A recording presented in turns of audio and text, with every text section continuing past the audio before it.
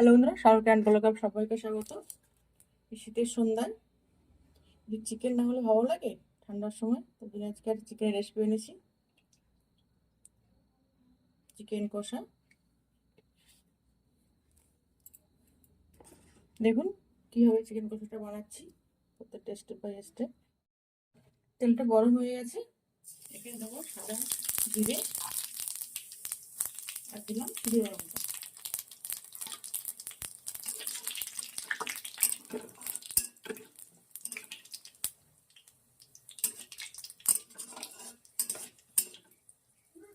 এবারে দেবো কোচানো পেঁয়াজ। পেঁয়াজটা দেখুন লালচে লালচে হয়ে গেছে।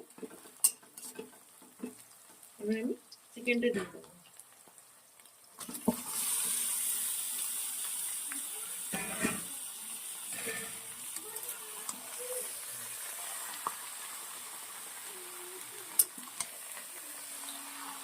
চিকেনটা একটু স্বাদ দিয়ে নেড়ে নেবো। এই দেবো পরিমাণ মতন হলুদের গুঁড়ো।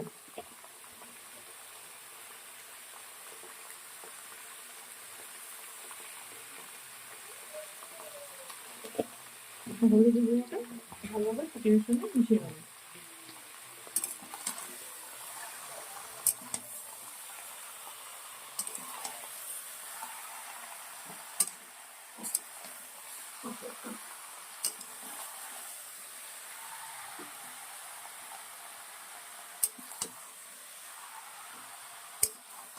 মশলা হয়ে গেছে, এবার ভালোভাবে ঢেকে রেখে দেবো কিছুক্ষণের জন্য। রান্নাটা ছেড়ে দিলাম, দেখুন কতটা জল বেরিয়েছে। আবার একটু খুন্তির সাহায্যে একটু নেড়ে চেড়ে নেবো।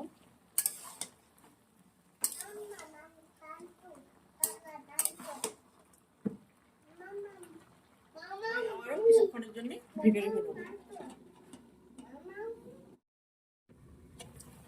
আমরা 10 মিনিট পরে ফিরে এলাম।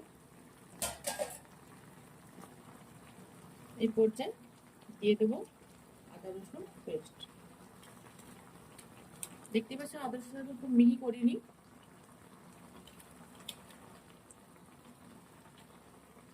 আদা রসুনটা একদম মিহি করলে ভালো লাগে না মাংসের টেস্টটা।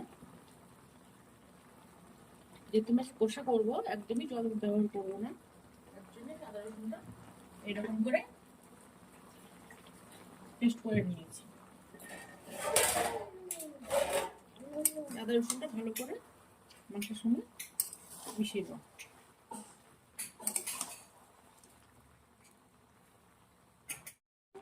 আদা রসুনটা ভালো করে মিশিয়ে নিয়েছি। আমি আবারও কিছুক্ষণ ঢাকনাটা ঢেকে দেবো। 5 মিনিট পরে ফিরে এলাম।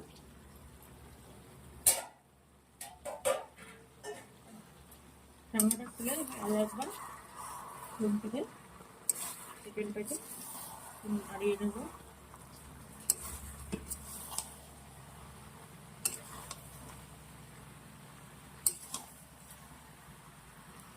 এই পর্যায়ে মশলা দিয়ে দেবো। ধনের গুঁড়ো দিলাম, আর দিলাম জিরে আর মরিচের গুঁড়ো। আমি এটা বাড়িতেই বানিয়েছি এই মশলাটা। ভালো করে চিকেনের সঙ্গে মিশিয়ে নেব। দেখুন আয়ুষও চলে আসছে।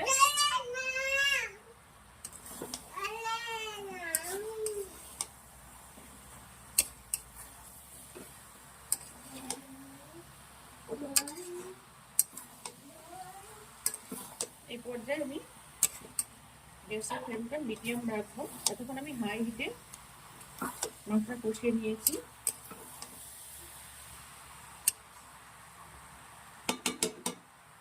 মিডিয়াম রেখে স্বাদ অনুযায়ী লবণটা দিয়ে দেবো।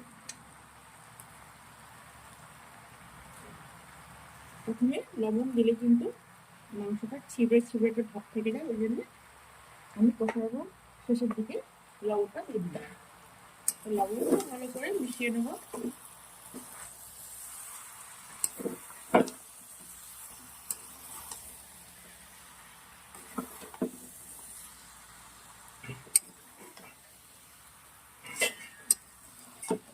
দেখলেন কিভাবে আমি চিকেনের কষাটা রেডি করলাম। এই রেসিপিটা যদি আপনাদের ভালো লেগে থাকে তাহলে লাইক শেয়ার সাবস্ক্রাইব ও কমেন্ট করে দাঁড়াও। ফেসবুকে দেখবেন, পেজটা ফলো করে পাশে থাকবেন।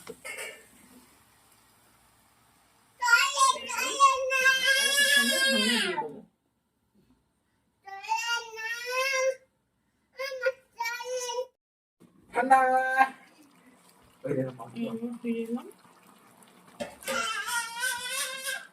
দেবো টমেটো আর ক্যাপসিকাম কুচি। এবার ঢাকনা দিয়ে ঢেকে দেবো।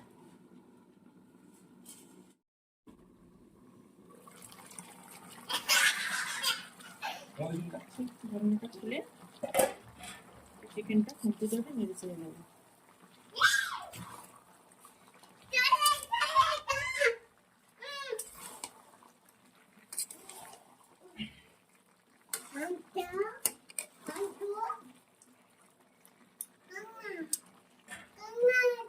এবার একটু দেবো লঙ্কার গুঁড়ো পরিমাণ মতো,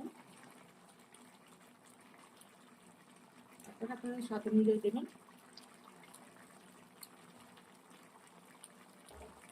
আবারও কিছুটা মিনিট ঢাকনাতে ঢেকে রেখে দেবো। আমি মিডিয়াম আছে প্রায় 1 মিনিট এই রান্নাটা করে নিলাম।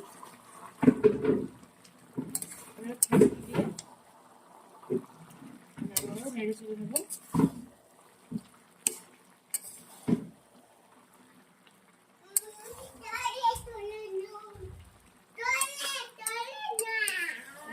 চলে এসছে রান্নার ধারে, দেখতেই পাচ্ছেন কঞ্চাগুলো একদম পড়ে আছে নরম হয়ে। রান্নাটা কমপ্লিট হয়ে গেছে। সবশেষে দেবো মিট মশলা দেবো।